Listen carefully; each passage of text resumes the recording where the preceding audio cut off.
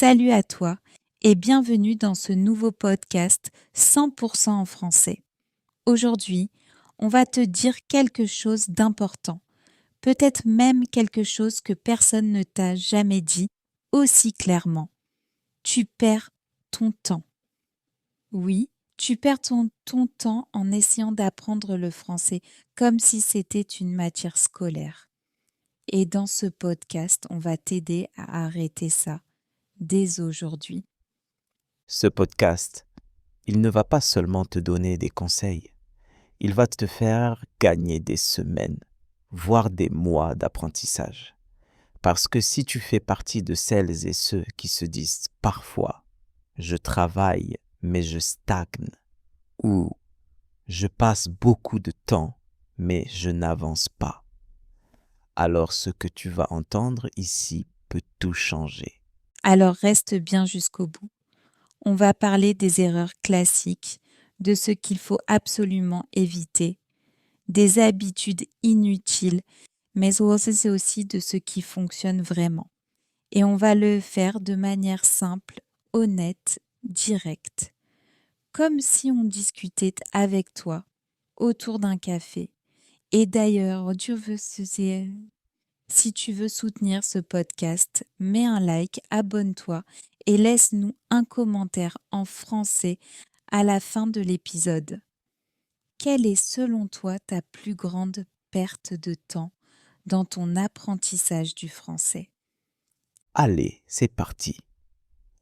Parlons d'un premier piège dans lequel tombent beaucoup de personnes. La consommation passive de contenu. Tu regardes des vidéos, tu écoutes des podcasts, tu lis des articles, mais sans vraiment t'impliquer. Tu laisses le français passer devant toi, comme un film. Tu te dis que c'est mieux que rien. Et oui, c'est mieux que rien. Mais ça ne suffit pas. Parce que regarder, ce n'est pas pratiquer. Écouter, ce n'est pas parler. Lire, ce n'est pas produire. Et attention, ce n'est pas ta faute. On te donne tellement de contenu, tellement d'options que tu te dis bon, je vais mettre une vidéo YouTube, je vais écouter un podcast en arrière-plan et hop, ça rentrera tout seul. Mais ton cerveau, lui, n'absorbe pas passivement. Il faut qu'il travaille, il faut qu'il répète, qu'il transforme, qu'il crée. Sinon, tu risques de rester au même niveau pendant des mois, sans comprendre pourquoi tu n'avances pas. Alors premier conseil, transforme ce que tu consommes en action. Tu écoutes un podcast, appuie sur pause, répète une phrase, note un mot, essaie de reformuler ce que tu viens d'entendre. Tu regardes une vidéo, mets les sous-titres et lis à voix haute. Tu lis un article, prends 5 minutes pour expliquer ce que tu as lu, à toi-même ou à voix haute, même si tu es seul. Ce petit effort change tout. C'est ça, l'apprentissage actif. Deuxième erreur fréquente. Vouloir tout comprendre tout de suite. Tu veux tout comprendre dans une vidéo, tout traduire dans un texte, tout maîtriser parfaitement. Et comme ce n'est pas possible, tu bloques, tu stresses, tu penses que tu es nul, que tu n'as pas de talent. Mais le problème, ce n'est pas toi. Le problème, c'est ton approche. Apprendre une langue, c'est accepter l'imperfection, c'est avancer dans le flou, c'est continuer même quand on ne comprend pas tout. Exactement. Et plus tu veux tout comprendre maintenant, plus tu te fatigues, plus tu perds du temps. Ce qu'il faut, c'est apprendre à tolérer l'inconfort, à vivre avec un peu d'incertitude. Tu ne comprends pas un mot? Passe. Il reviendra plus tard. Tu ne comprends pas une phrase entière. Essaie de deviner. Laisse le contexte t'aider. Et surtout, reviens-y plus tard. C'est la répétition, pas la perfection immédiate, qui te fera progresser. Troisième erreur, changer de méthode toutes les semaines. Un jour, tu suis une appli. Le lendemain, tu regardes une série. Puis tu achètes une méthode. Puis tu la laisses tomber. Résultat, tu avances un peu partout, mais tu ne construis rien de solide. Tu t'éparpilles. Tu cherches la méthode parfaite, mais elle n'existe pas. Ce qu'il te faut, ce n'est pas la meilleure méthode. C'est la méthode que tu vas suivre avec régularité. Même une méthode simple peut t'amener loin si tu la suis chaque jour. Même 20 minutes par jour, si c'est bien fait, peuvent te produire des résultats incroyables. Alors choisis une approche et tiens-toi à cette approche pendant au moins 3 ou 4 semaines. C'est la régularité, pas la nouveauté, qui construit tes compétences. Et on pourrait encore parler de la peur de parler, du perfectionnisme, de l'obsession de la grammaire, du syndrome du je ne suis pas encore prêt, mais ça, on va le garder pour la prochaine partie. On va te montrer que tu peux parler même si tu fais des fautes, que tu peux progresser sans tout maîtriser et surtout qu'il y a des actions concrètes à mettre en place tout de suite. Alors, reste bien avec nous, ça ne fait que commencer. Dans la prochaine partie, on va t'aider à identifier les comportements qui te freinent, même si tu as l'impression de bien travailler. Et on va te donner des alternatives plus efficaces à mettre en place tout de suite. Tu vas voir, ça peut tout changer. Et d'ici là, pense à liker ce podcast, à t'abonner si ce n'est pas encore fait et à nous dire en commentaire qu'est-ce que toi tu fais en français qui te semble utile mais qui au fond ne t'aide pas vraiment. On est curieux de savoir. À toutes de suite pour la partie 2. Alors comme promis, on continue. Et cette fois, on va parler de ces habitudes que tu crois efficaces, mais qui en réalité te ralentissent. Ces routines que tu as peut-être installées dans ton apprentissage du français, mais qui t'empêchent de progresser vraiment. Et ne t'inquiète pas, on ne va pas juste te dire ce qui ne marche pas.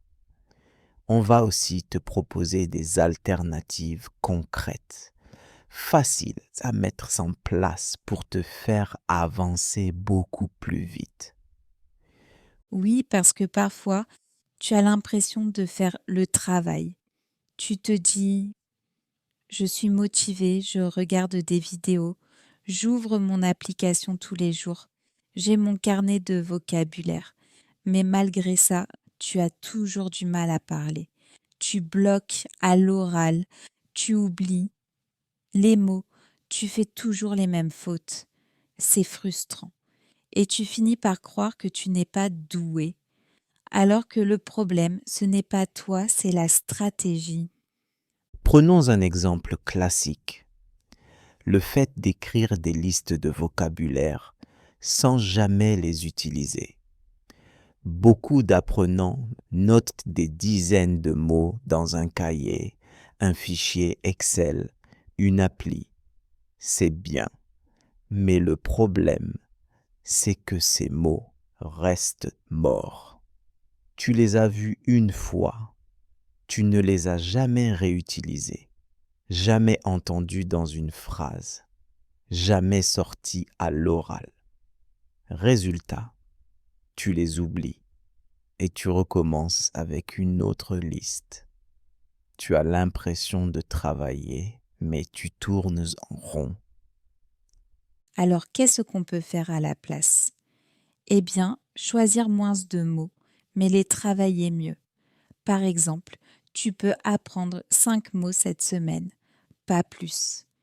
Et avec ces 5 mots, tu vas faire un effort de production, écrire une phrase avec chacun, les dire à voix haute, les inclure dans une petite histoire. Tu peux même t'enregistrer en train d'utiliser ces mots. Ça prend moins de temps que tu ne crois et surtout, tu les retiendras pour de bon. Autre habitude qu'on voit souvent, se concentrer uniquement sur la grammaire. Tu passes ton temps à étudier des règles, à lire des explications, à faire des exercices de conjugaison. Et attention, on ne dit pas que la grammaire ne sert à rien, mais si tu ne fais que ça, tu risques de savoir plein de choses sans jamais réussir à les utiliser. C'est comme apprendre à nager en lisant un livre sur la natation. À un moment donné, il faut aller dans l'eau. Et aller dans l'eau, en français, ça veut dire parler, écouter activement, lire à voix haute, écrire, se tromper, corriger, répéter. Ce sont ces actions qui vont transformer tes connaissances théoriques en réflexes naturels. Donc, au lieu de passer 1 heure à étudier les différences entre depuis, il y a et pendant, passe 10 minutes à les utiliser dans des phrases. Observe comment les natifs les utilisent dans les vidéos ou les podcasts. Et surtout, essaie de les intégrer dans ton quotidien. Autre perte de temps. Attendre le moment parfait pour parler. Tu te dis que tu commenceras à parler quand tu seras prêt, quand tu auras plus de vocabulaire, quand tu feras moins de fautes, quand tu auras plus confiance. Mais ce moment, il ne viendra jamais si tu ne le provoques pas. Parler, c'est ce qui te rend prêt. Parler, c'est ce qui crée la confiance, pas l'inverse. Donc notre conseil ici est très simple. Parle dès maintenant, même mal, même tout seul. Prends un sujet simple. Présente-toi. Parle de ta journée. Décris ce que tu vois. Tu peux le faire dans ta chambre, dans ta voiture, sous la douche. Et si tu veux aller plus loin, enregistre-toi. C'est inconfortable au début, mais c'est incroyablement efficace. Et surtout, ça devient plus facile avec la répétition.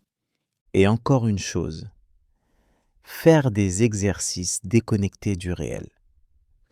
Combien de fois on voit des apprenants passer des heures à faire des exercices de grammaire ou de conjugaison qui ne correspondent à aucune situation réelle. Tu sais conjuguer tous les verbes au plus que parfait, mais tu ne sais pas dire ce que tu as fait hier en 2 phrases simples. C'est dommage, parce que tu passes ton énergie sur des choses qui ne t'aident pas à communiquer. Alors notre solution ici, c'est de toujours relier ton apprentissage à ta réalité. Apprends ce dont tu as besoin, ce que tu vas utiliser. Concentre-toi sur le présent, le passé composé, le futur proche, sur les phrases utiles, les tournures fréquentes, les mots que tu veux vraiment utiliser dans ta vie. Pose-toi cette question avant chaque exercice. Est-ce que je vais utiliser ça pour de vrai? Si la réponse est non, laisse tomber. Et pour finir cette partie, on veut que tu retiennes une chose. Le problème, ce n'est pas le temps que tu passes à apprendre le français. Le vrai problème, c'est ce que tu fais de ce temps. Tu peux passer 10 heures par semaine sans avancer, ou 30 minutes par jour en faisant les bonnes choses et progresser vite. Tout est une question d'approche, de conscience et de stratégie. Dans la prochaine partie, on va justement te montrer comment organiser ton apprentissage pour qu'il soit efficace, motivant et surtout durable. On va parler de planification, de constance, de micro-habitudes et de comment installer une vraie routine d'apprentissage, même si tu n'as pas beaucoup de temps. Alors reste bien avec nous. Et si ce podcast t'aide, like-le, abonne-toi et partage-le avec quelqu'un qui apprend aussi le français. Et dis-nous en commentaire, quelle est l'habitude que tu vas changer dès aujourd'hui? Parce qu'un petit changement peut avoir un énorme impact. À tout de suite pour la suite. Tu es toujours là? Bravo! Si tu as écouté les 2 premières Sporonic parties, tu sais maintenant ce qu'il faut éviter, les méthodes inefficaces, les automatismes qui te bloquent, les stratégies qui ne donnent pas de vrais résultats. Alors maintenant, on passe à la construction. On va te montrer comment créer une vraie routine d'apprentissage, une routine efficace, simple, durable, que tu peux suivre même si tu travailles, même si tu as une vie chargée. Et on va commencer par casser une idée reçue. Tu n'as pas besoin d'y consacrer 2 heures par jour. Ce qu'il te faut, ce n'est pas du temps, c'est une organisation. Une mini-routine bien pensée vaut mieux qu'une grosse session irrégulière. C'est comme aller à la salle de sport. Mieux vaut y aller 20 minutes chaque jour que 2 heures une fois par mois. Alors, première chose, choisis le bon moment dans ta journée. Quand est-ce que tu es le plus disponible mentalement? Le matin au réveil, pendant ta pause déjeuner, le soir avant de dormir. Trouve ton créneau naturel même s'il ne dure que 15 minutes. Ensuite, protège ce moment. Tu peux même le noter dans ton agenda comme un rendez-vous avec toi-même. C'est ta session de français. Elle est sacrée. Deuxième étape, crée une structure simple et claire. Par exemple, tu peux diviser ton temps en 3 parties. 5 minutes d'écoute, un extrait de podcast, une vidéo courte. 5 minutes de production orale. Parler à voix haute, répéter, inventer une phrase. 5 minutes de vocabulaire ou d'écriture. Noter les mots, écrire une phrase ou un petit texte.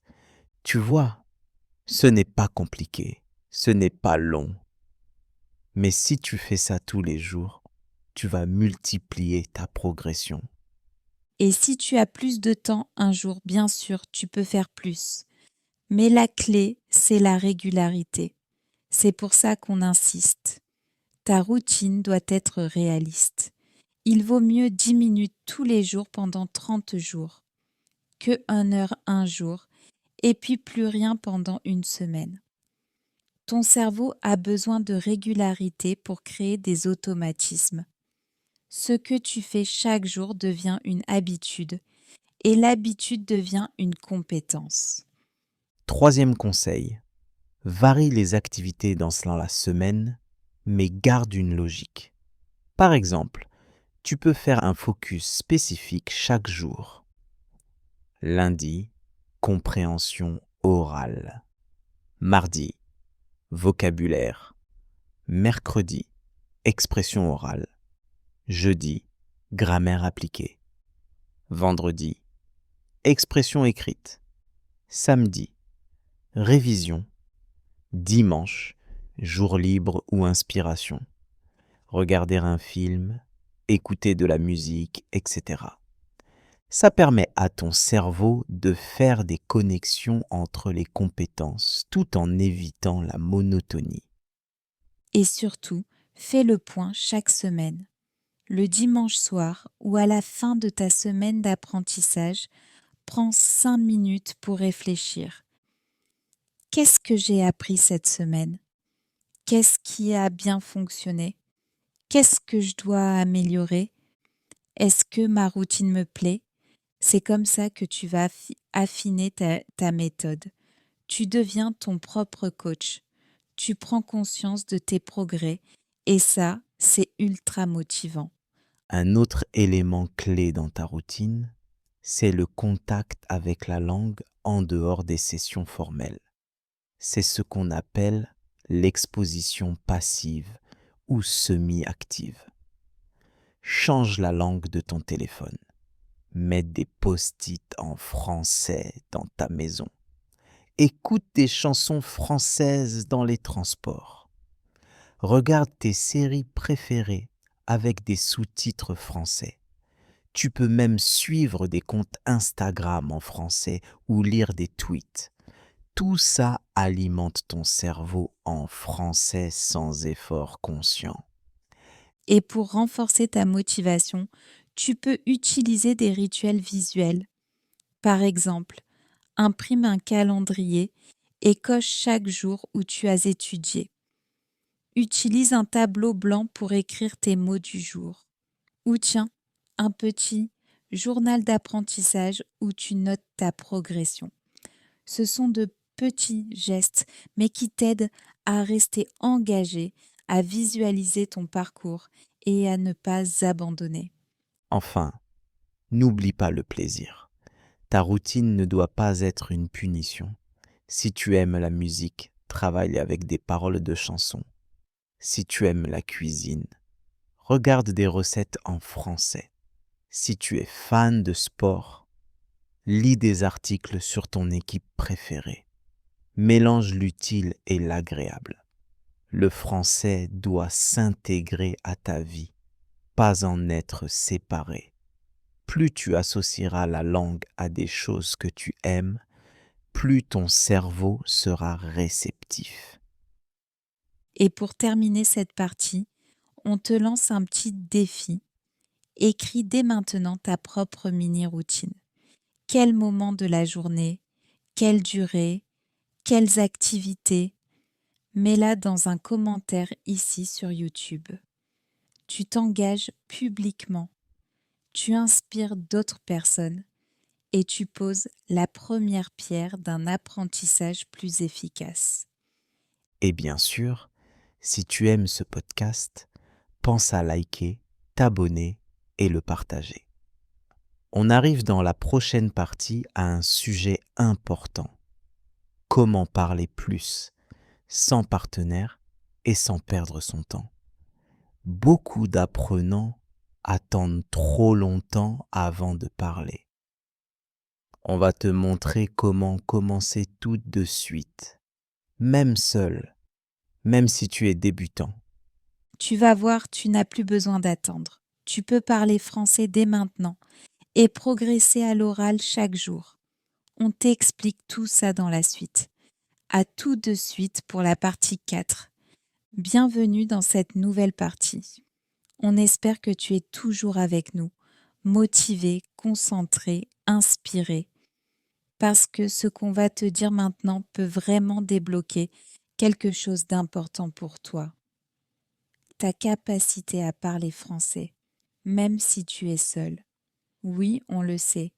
Beaucoup de gens nous disent « Je n'ai personne pour parler. Je n'ai pas de partenaire de conversation. Je ne vis pas en France. » Et donc, ils attendent, parfois pendant des mois, voire des années. Et ça, c'est une énorme perte de temps. Tu veux savoir le secret? C'est très simple. Tu n'as pas besoin de quelqu'un pour parler français. Tu peux parler tout seul. Et non, ce n'est pas ridicule. C'est même une technique puissante, utilisée par des polyglottes, des profs de langue, des acteurs. Parce que parler seul, c'est t'entraîner à produire des phrases, à structurer ta pensée, à sortir les mots. Et ça, c'est exactement ce dont tu as besoin pour progresser. Alors, on va te donner plusieurs techniques concrètes que tu peux utiliser dès aujourd'hui, chez toi, sans matériel compliqué, sans inscription, sans partenaire. La première, c'est la plus simple. Parle à voix haute. Tout le temps. Tu es chez toi, tu fais la cuisine. Décris ce que tu fais.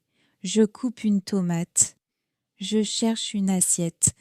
Je mets de l'eau dans la casserole.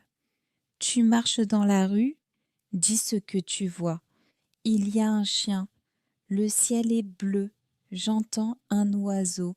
Ça paraît simple, presque bête, mais ça t'entraîne à penser en français.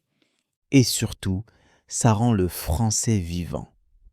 Tu passes du statut de spectateur à celui d'acteur. Tu n'es plus en train d'absorber, tu es en train de produire. Et ton cerveau adore ça. Il fait des connexions, il renforce ta mémoire, il automatise les structures. Même si tu fais des fautes, ce n'est pas grave. Au contraire, c'est comme ça qu'on apprend. Tu te corriges petit à petit, tu ressens les sons, tu développes ta fluidité. Autre technique, le journal oral. Chaque jour, prends 5 minutes pour raconter ta journée à voix haute. Ce que tu as fait, ce que tu as appris, ce que tu as aimé ou détesté. Tu peux le faire le matin pour parler de ton programme de la journée ou le soir pour faire le bilan. Et si tu veux aller plus loin, enregistre-toi. Oui, c'est un peu inconfortable au début. Tu n'aimeras peut-être pas ta voix, mais ça te permet de t'écouter, de détecter tes erreurs, de voir ta progression. Et tu peux même créer une série de vidéos privées pour toi. Tu n'as pas besoin de les publier. Mais imagine, dans 3 mois, tu réécoutes ce que tu disais aujourd'hui.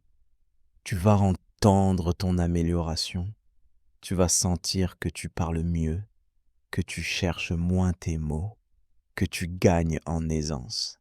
C'est hyper motivant et c'est un excellent moyen de rester engagé. Tu peux aussi pratiquer le shadowing, c'est-à-dire répéter en temps réel ce que tu entends. Tu mets un podcast, une vidéo, un film et tu essaies de répéter ce que la personne dit en même temps ou juste après. Ce n'est pas facile au début, mais c'est excellent pour l'accent, le rythme, la prononciation. Tu deviens une sorte d'écho et tu t'entraînes à parler avec la bonne musicalité. Une autre idée. Imagine des conversations. Crée des dialogues dans ta tête. Par exemple, tu imagines que tu es dans un restaurant et tu parles au serveur. Tu fais comme si. Tu joues les deux rôles si tu veux. Bonjour monsieur, je voudrais une table pour deux. Très bien, suivez-moi. Tu inventes un scénario. Tu t'amuses et tu t'entraînes.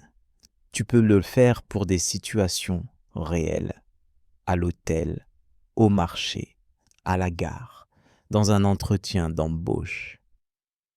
Ce sont des répétitions mentales puissantes. Et bien sûr, si tu veux un peu plus d'interaction, tu peux utiliser des outils vocaux comme les messageries audio. Envoie des messages vocaux à des amis ou à des partenaires d'échange, même si ce n'est pas en temps réel. Tu peux aussi te parler à toi-même avec WhatsApp ou Telegram. Tu ouvres une conversation avec toi-même, tu enregistres ta voix et tu t'écoutes ensuite. Tu peux même transcrire automatiquement ce que tu dis pour voir les erreurs ou les mots mal prononcés. L'idée dans tout ça, c'est d'arrêter d'attendre. Arrêter de chercher la situation parfaite pour parler. Tu n'as pas besoin d'être en France. Tu n'as pas besoin d'avoir un niveau C1. Tu as juste besoin de passer à l'action, de créer ton propre terrain de jeu, de parler encore et encore, même seul, surtout seul, parce que c'est là que tu vas développer ta confiance et quand l'occasion réelle se présentera, tu seras prêt. Et c'est ça qu'on veut que tu retiennes aujourd'hui. Parler, c'est un muscle. Plus tu l'utilises, plus il se renforce. Moins tu l'utilises, plus il se bloque. Donc commence petit, mais commence. Et surtout, prends du plaisir. Fais-le en marchant, en cuisinant, en regardant le ciel, n'importe quand, n'importe où, mais fais-le. Dans la prochaine partie, on va conclure ce podcast en te donnant une synthèse claire, une feuille de route simple pour ne plus jamais perdre ton temps en français. On va revoir les erreurs à éviter, les bonnes pratiques et on va te laisser avec un plan concret que tu peux appliquer dès aujourd'hui. Alors pense à liker cette vidéo, à t'abonner si tu es nouveau ici et à partager ce podcast avec quelqu'un qui a besoin d'un petit coup de boost pour parler plus. Et dis-nous en commentaire, quelle technique tu vas essayer dès aujourd'hui pour parler seul. On lit tous les messages et on se retrouve tout de suite pour la conclusion. À tout de suite. Alors te voilà arrivé à la dernière partie de ce podcast. Franchement, bravo. Si tu es encore là, c'est que tu fais partie de ces personnes qui veulent vraiment progresser. Tu n'es pas là par hasard. Tu veux parler français mieux, plus vite, plus naturellement. Et surtout, tu veux arrêter de perdre ton temps. Alors aujourd'hui, on t'a donné tout ce qu'il te faut pour y arriver. Et maintenant, on va te proposer un plan d'action clair, simple, que tu peux mettre en place dès ce soir. Mais avant ce plan, faisons un petit résumé. Tu te souviens? Dans la première partie, on t'a montré pourquoi tu perds du temps. Trop de consommation passive, obsession de la perfection, changement de méthode constant. Ensuite, on t'a parlé des habitudes à éviter et des alternatives concrètes à mettre en place. Puis, on t'a guidé dans la création d'une routine réaliste et on t'a montré comment parler seul en français sans avoir besoin de partenaire. Et maintenant, il est temps de transformer tout ça en stratégie concrète. Tu vas prendre une feuille ou écoute, ouvrir ton application de notes et tu vas noter 3 colonnes. Dans la première, tu écris ce que j'arrête de faire. Dans la deuxième, ce que je commence à faire. Et dans la troisième, ma routine quotidienne. On va remplir ça ensemble. Allez, colonne 1. Ce que j'arrête de faire. J'arrête de regarder des vidéos sans écouter activement. J'arrête d'écrire du vocabulaire sans le réutiliser. J'arrête de croire que je ne peux pas parler seule. J'arrête de changer de méthode toutes les semaines. J'arrête de vouloir tout comprendre parfaitement dès le début. Colonne 2. Ce que je commence à faire. Je répète à voix haute tous les jours. Je parle de ma journée, même si je suis seul. Je construis des phrases avec mes nouveaux mots. J'écoute du français activement, avec intention. J'accepte les erreurs comme partie du processus. Je m'enregistre une fois par semaine. Je fais une petite révision chaque dimanche. Et maintenant, colonne 3. Ma routine quotidienne. Choisis un moment dans ta journée, matin, midi, soir, et écris ton plan. Par exemple, 5 minutes.